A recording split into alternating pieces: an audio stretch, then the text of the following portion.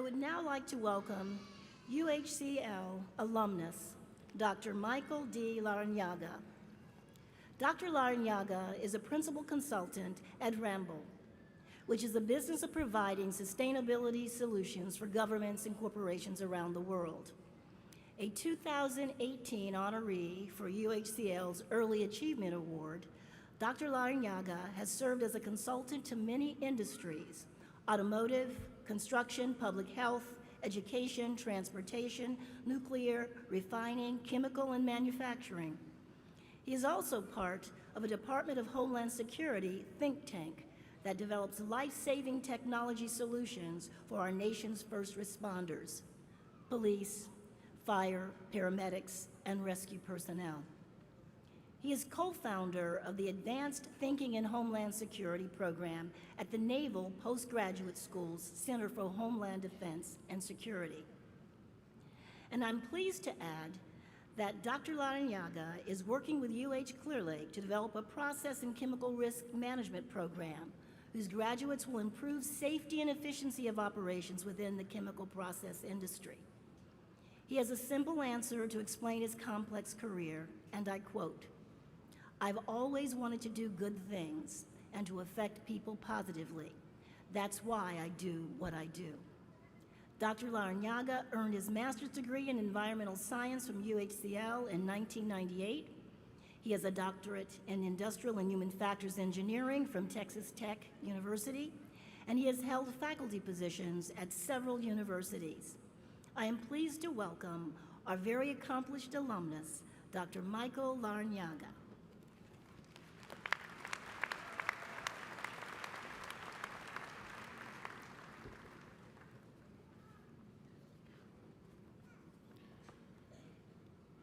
Thank you, President Blake, for that wonderful introduction. Regent Muthiala, Provost Houston, Deans Kim and Shermis, faculty and staff, thank you. I am truly honored to be here today. And students, thank you for being here today and for listening to me. And congratulations on this great achievement for you. Before we begin, my family and I would like to extend our sincerest condolences to the victims of the Santa Fe High School tragedy. Let us all pause for just a moment to honor the victims, their families, the faculty and staff of the school, the first responders and medical professionals, and all those affected. Thank you. 23 years ago, I met a girl. We met over the Christmas holiday back home in El Paso, Texas. After the holiday break, she returned to the University of Houston and I returned to Oklahoma State University. We continued talking over the phone. Now, the phone was a very different thing back then. It was this thing that was actually connected to the wall. It wasn't this little supercomputer that you carry in your hand. I realized this girl was special, so like any reasonable person, I moved to Houston. I made a choice to pursue the opportunity for a future with the girl of my dreams. What I didn't realize was that she too was fully capable of making choices, and none of those choices included me. And that's how I found myself in graduate school at the University of Houston, Clear Lake. I graduated 20 years and 4 days ago.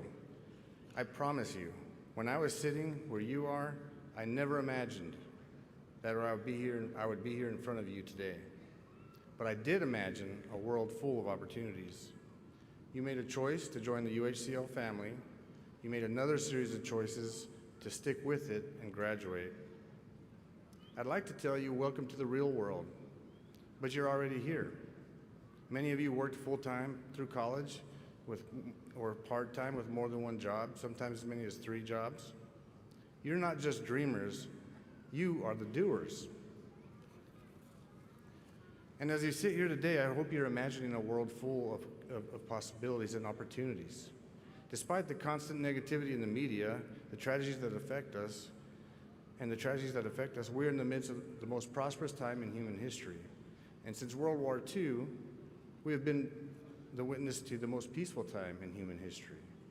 In the last 100 years, infant mortality has decreased by 90%, maternal mortality by 99%, and our lifespans doubled.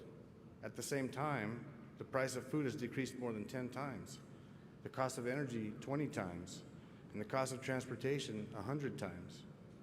And our chances of dying a violent death have dropped more than 500 times since the Middle Ages.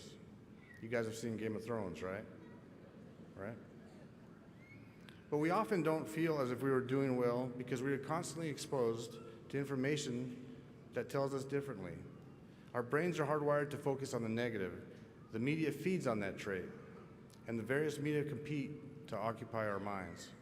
Now, that doesn't mean that we don't have our own set of problems. Events like the Santa Fe High School tragedy hit close to home for all of us. So how do we change attitudes to celebrate the good? It all starts with you. You sacrificed to get here today with the intent of creating a better future. You worked, studied, and studied some more. You traveled hours and hours and miles to sit here today. You are what I call the everyday heroes. We tend to celebrate heroism only when it involves some great physical risk. This leads us to believe that heroic acts are rare. Yet heroism occurs every day all around us. Everyday heroes go the extra mile to ensure the safety, security, and well-being of those around them, to make the world a better place.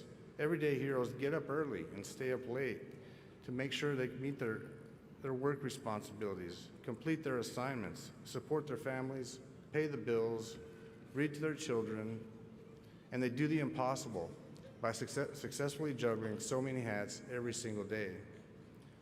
You are a hero to your children, to your partner, to your friends, and to your parents. When you show someone an act of kindness or an act of compassion, you may very well be a hero in their eyes. There's no central database that records acts of kindness, acts of compassion, or everyday heroism.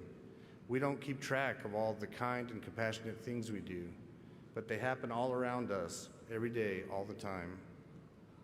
Life is full of rewards, and it's also very tough. There will be obstacles.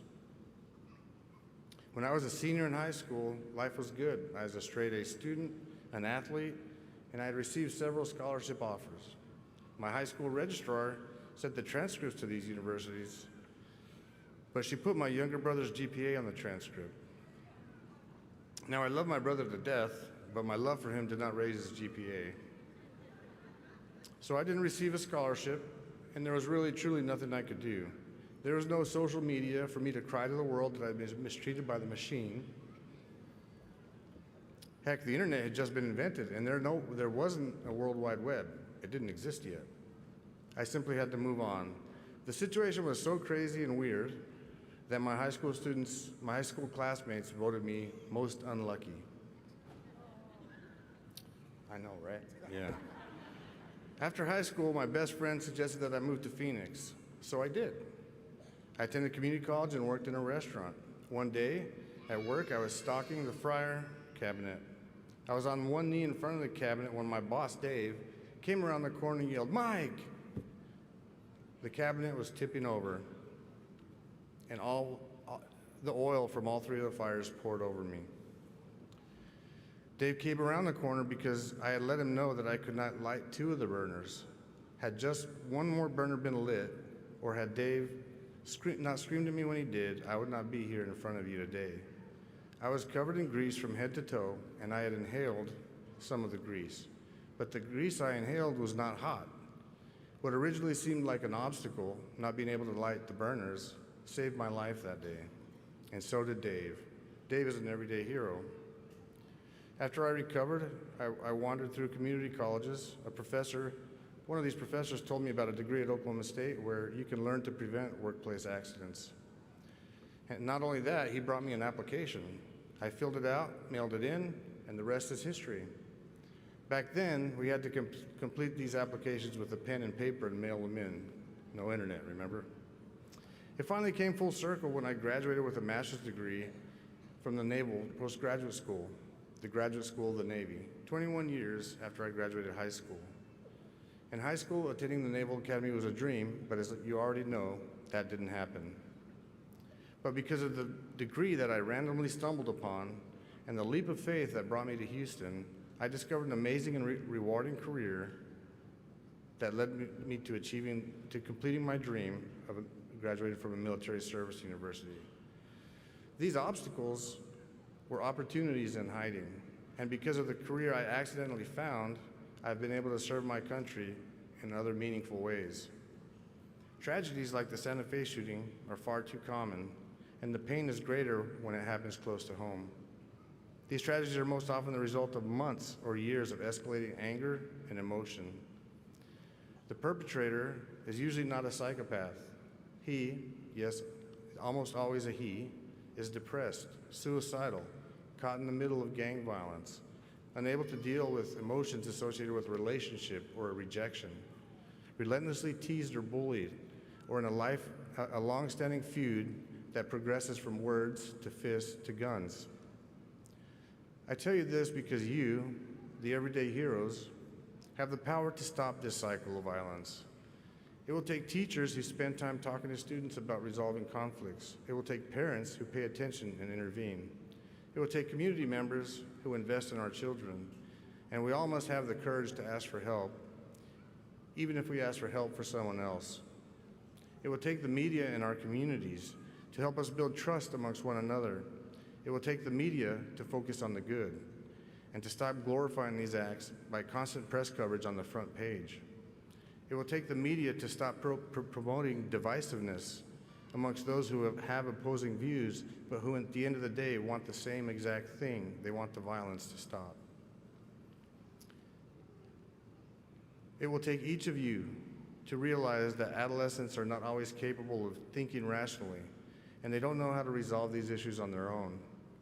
It takes a village to raise a child, and we all need to trust in each other to make our communities stronger.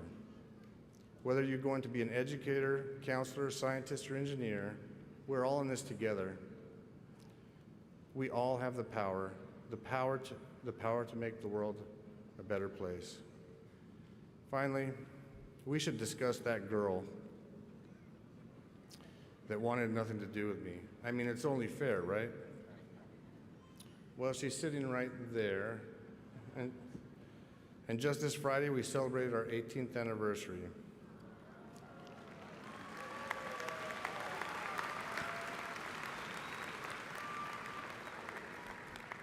Happy anniversary, dear. We have an intelligent and beautiful daughter, Anna Sophia, who's sitting right next to her. So maybe I'm not so unlucky after all. Opportunities will present themselves for you. You'll face many obstacles. If you approach these obstacles with the right attitude, you will transform many of them into opportunities. Approach obstacles as obstacles, and that's exactly what they will be. Now, I didn't arrive in front of you today by myself. I had help along the way. My mother, teachers, professors, friends, brothers and sisters, aunts and uncles, my wife and daughter, and many other people all believed in me. They invested in me. What may seem like the smallest gesture may be the one thing that helps you achieve a dream, the one thing that helps someone else achieve a dream, or the one thing that makes someone else feel valued. And we can never predict which person or what gesture that may be. So here are the things I would like for you to take home with you today. You all will make choices. Not all the choices will be the right choice, and that's okay. To err is human.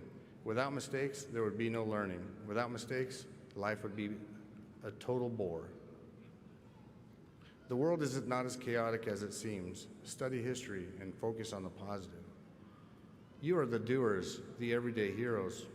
This is the greatest gift you can give. And yes, you do have the power to make the world a better place. Be prepared to reinvent yourself when new opportunities present themselves. Never underestimate the power of randomness.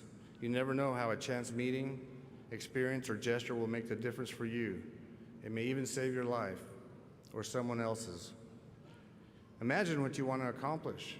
Imagine the good you can do in the world. Imagine, imagine, imagine, and then do. Learn to tell stories. Telling stories will help you in life. Believe in others. Investing in others is investment in you and your community. Celebrate the small victories, in addition to the large victories like you're sitting here today. Celebrating small victories lets others know that they are appreciated. It motivates them, and it builds confidence.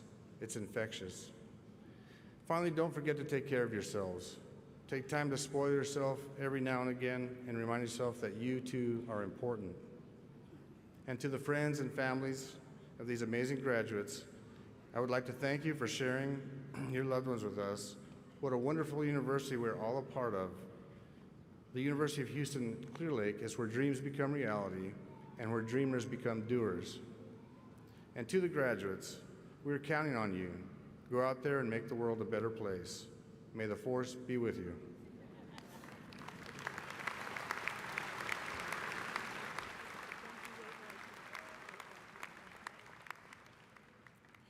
Thank you, Dr. Larrañaga, for sharing meaningful words with our graduates and their families and friends. We are appreciative to you for joining us today, and we have a small gift of appreciation for you.